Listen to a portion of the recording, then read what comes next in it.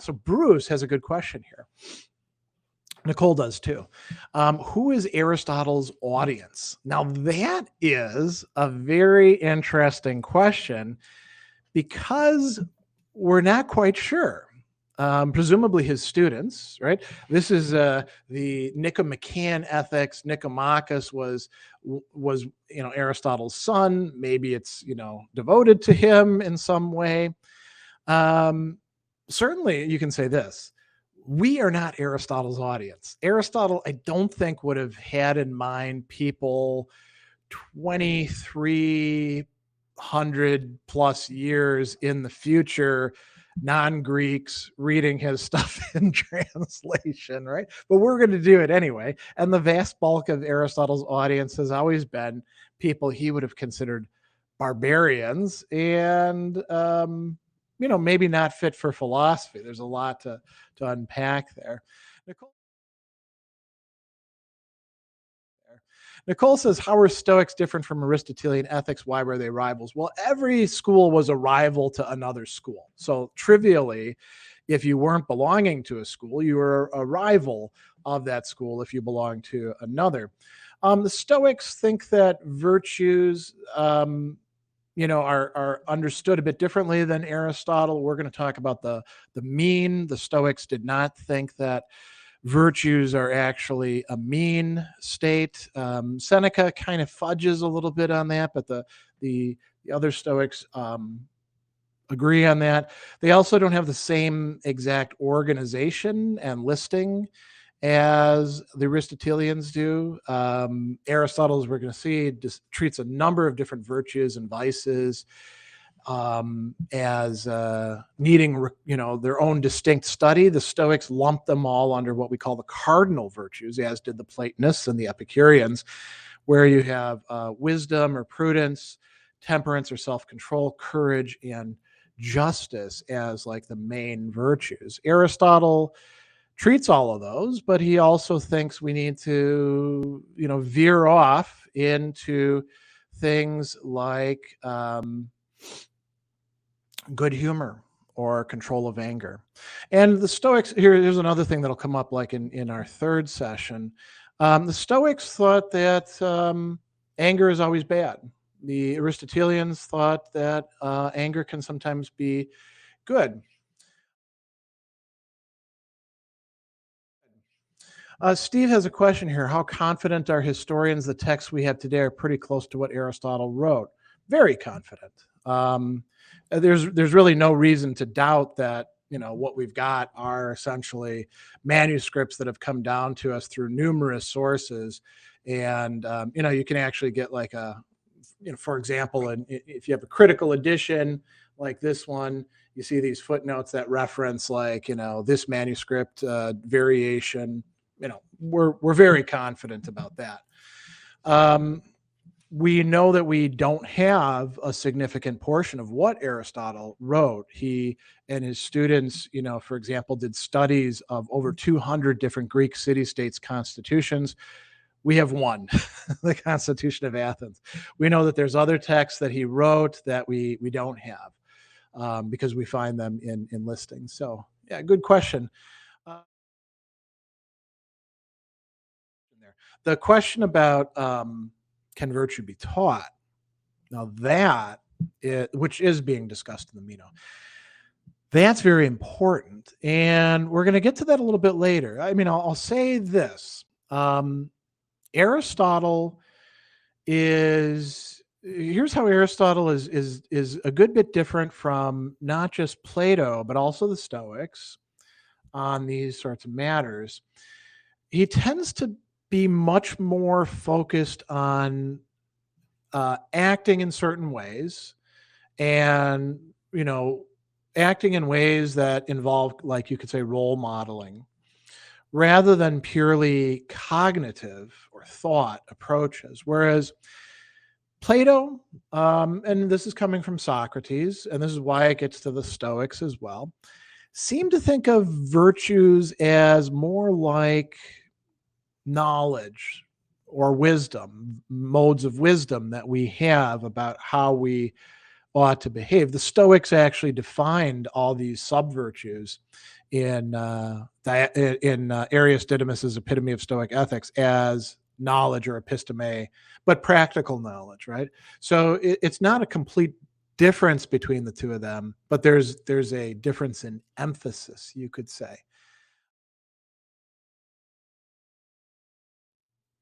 Here's a good one from Nicole. Aristotle mentioned the point of life is to achieve happiness and accumulation of goods. What were those categories of goods? How does virtue fit into accumulation of those goods? Okay, so that's a great question. Um, so I mentioned, goods of the soul, which would include virtues, but also include like mental capacities and stuff like that. Goods of the body, so we can talk about like health as a good of the body, or good looks, or what else is strength is a good of the body. And then we have external goods, and external goods are like all the other things you could say anything else that doesn't fit into these goods of the body or goods of the soul. Aristotle considers to be external goods, which are, from his perspective, goods. So money is a good thing. Um, honor is a good thing. Um, what else? Connections, friendships are kind of tricky because they do involve our psyche considerably, particularly if they're the good kinds of friendships. So how does virtue, as you said, figure into the accumulation of these goods? In a couple ways. So virtue should lead to using those goods well when we have them. Now, it might also lead to accumulating those goods. Like, people might actually like you more if you're a generous person or a temperate person. If they don't have to like watch their possessions around you because they're not worried you're going to steal them or things like, or abuse them or things like that. That might conduce to that. There's no like absolute connection, like behave virtuously, you're going to have tons and tons of good stuff. You're going to be wealthy, healthy, all that. But there's a sort of on the whole, if you're a virtuous person, you're probably going to do okay with these things. Where if you're a vicious person, you're probably going to screw up, and you're probably not going to enjoy those goods quite as much, because you're not really able to conduct yourself properly, and you have a good chance of losing them. Thing. So Malcolm, given the virtues must come from a fixed and permanent disposition of character, and it appears we develop our character through habitual action rather than mere reflection, how can one begin to be virtuous if previous virtuous actions always seem to be a prerequisite? You do it by doing it. I mean, this is not a really complicated thing.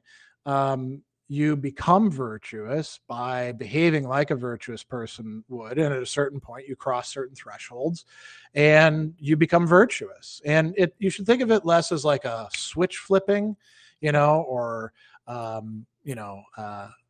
necessary and sufficient conditions or anything like that. Think of it more like a dimmer, like a continuum. Think of it like building your muscles. When you exercise, at a certain point, you become capable of doing certain things that you weren't in the past. So, but we're going to Q&A. Will already has a question here about context. Context matters between professional and personal life. You can't just be authentic and virtuous in the workplace. You'll get rolled over. You have to have the right combination of vicious and virtuous. What are your thoughts? I think that's wrong.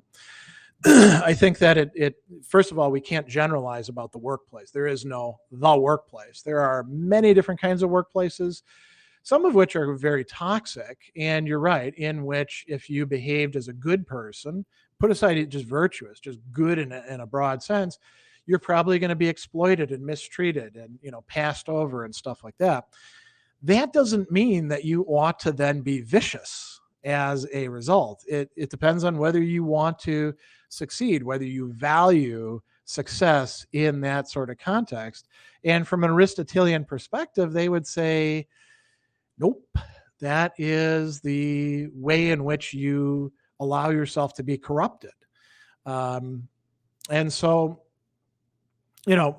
Now, this is Aristotle was, of course, from a fairly wealthy family, had a lot of resources. It's easy to say, oh, just be virtuous in the workplace. Aristotle's not saying that. You do have to exercise some prudence, but you don't have to allow the antagonistic, exploitative structure of many workplaces to be a motive for you abandoning virtue and embracing vice. As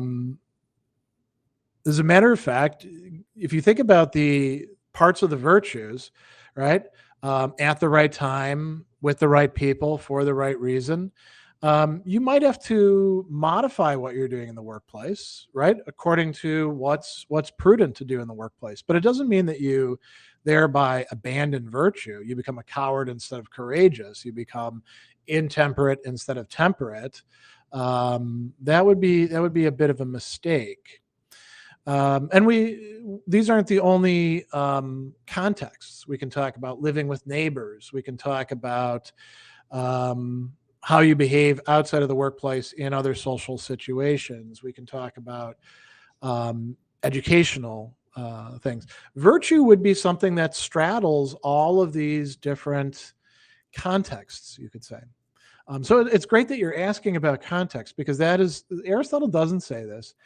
But we could think of virtue as context sensitive, but not context determined, if that makes sense.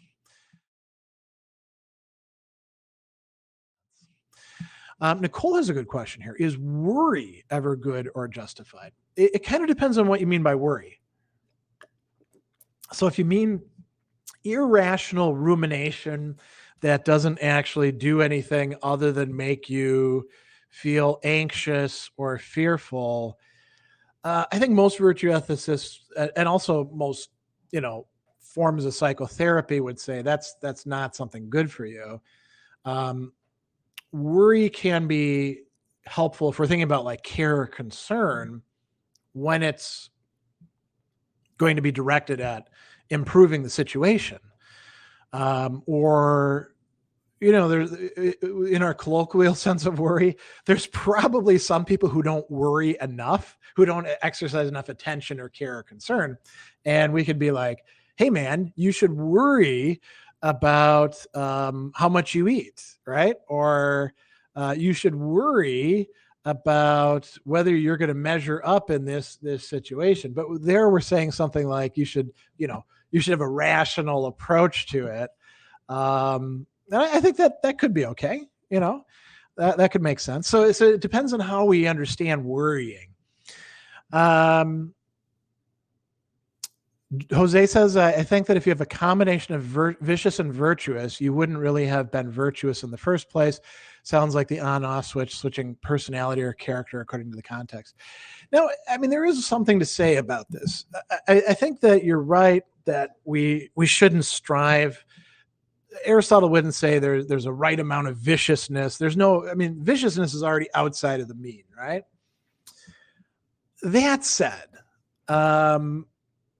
Aristotelian virtue ethics is often pitched as if, well, you just behave this way and behave this way.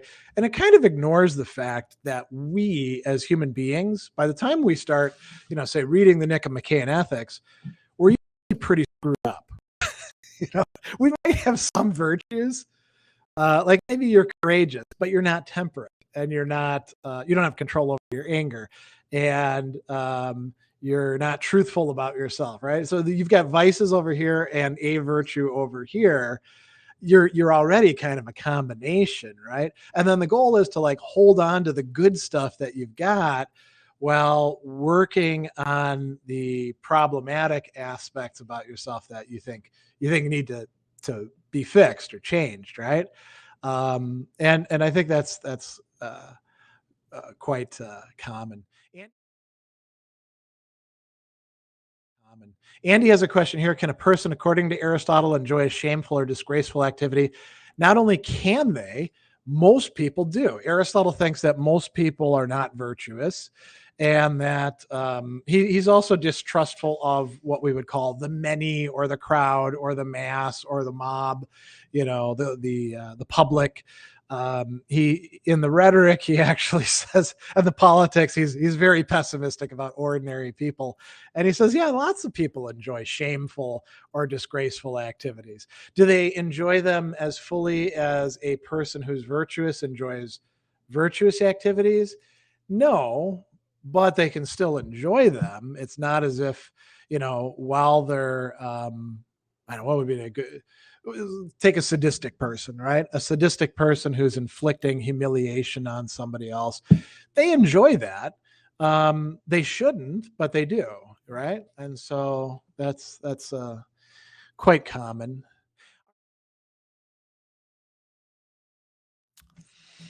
So Nicole has an interesting question here. Has Aristotle talked about a connection between a good sense of humor and truthfulness?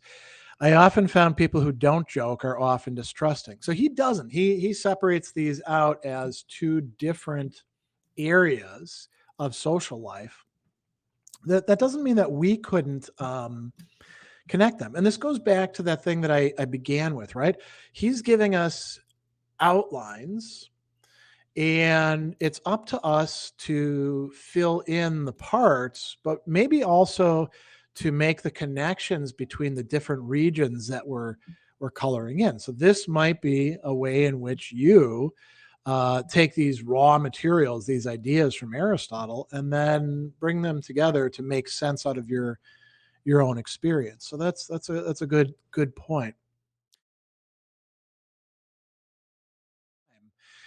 David has a good question here. Your dessert example made me think, can self-control be a stepping stone to virtue? Not only can it be a stepping stone to virtue, it is a stepping stone to virtue. Generally, you're going to be self-controlled. You're going to exercise mastery over self, enkrateia, right? Before you become virtuous. And likewise, lack or loss of self-control, if you do it enough, you'll probably become vicious, right? So that's why it's important that we do, pay attention to what we're doing and thinking and feeling. It's not that Aristotle doesn't see any role for teaching or coaching or reflection or journaling or any of these sorts of things that we, often like to use. Um, those cognitive approaches can be helpful. Aristotle doesn't talk about them much in the Nicomachean Ethics, but there's no reason why we couldn't use those, or why we couldn't combine psychotherapy with a good counselor, or therapist with working on the virtues as well. Although they might be a little distrustful, they'll be like, "Why are you bringing philosophy into this?" Um, All right. Andy has a question here, and we'll take some questions before we end up. Is Aristotle open to the charge of moral indoctrination? I don't think so. If he thinks that people's emotional responses can be conditioned and those responses have an effect on moral judgments, then his view on being schooled early in life is indoctrination. I would say that's not indoctrination. I would say that if it's extreme, it could be indoctrination. But we got to be careful when we use that term. Um, Everybody in virtue ethics, and many people outside of virtue ethics, like the utilitarians, think that our environment, our childhood, all of that stuff, has an effect on how we think about things, how we feel about things. Indoctrination is when you got something where it's like very clearly laid out. We're going to do things in this way, and this way. And usually it's a pejorative term. It would be weird to think of training a person towards virtue as indoctrination, given the current sense that we use. And then Andy goes on, this assumes moral principles have no truth, only preferences. If this charge is open, does Aristotle have a defense to it? Yeah, I mean, the defense is very commonsensical.